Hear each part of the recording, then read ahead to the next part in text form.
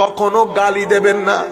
মুখে গালি আসা মানে আমার আল্লাহ কোনো কারণে আপনাকে অপছন্দ করছে।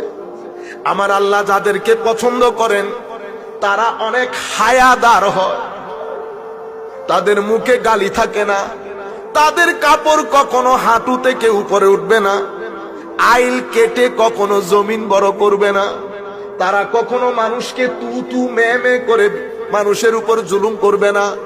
যখন কোনো মানুষ জুলুম করে, বেয়াদবি করে, প্রতারণা করে, তার মানে হচ্ছে আমার আল্লাহ এই ব্যক্তির উপর তার কোনো কর্মের কারণে নারাজ হয়ে গেছে।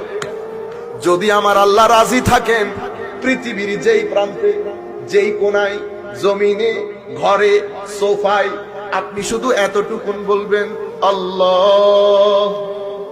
একবার মাধ্যমে, এই আওয়াজের মাধ্যমে ভিতরে কেমন যেন আমরা বলি না চিটাঙের ভাষায় গুজুরি গুজুরি কাঁদে, মানে ভিতর থেকে বাঁধ ভাঙা কান্না আসে, আপনার ভিতর ভেঙে চুরমার হয়ে যাবে।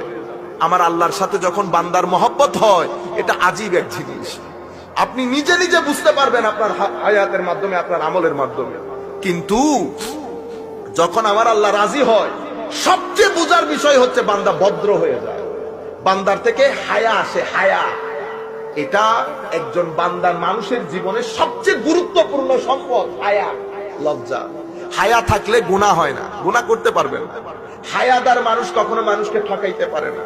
হায়া এক আজীব নিয়ামত বান্দার জন্য।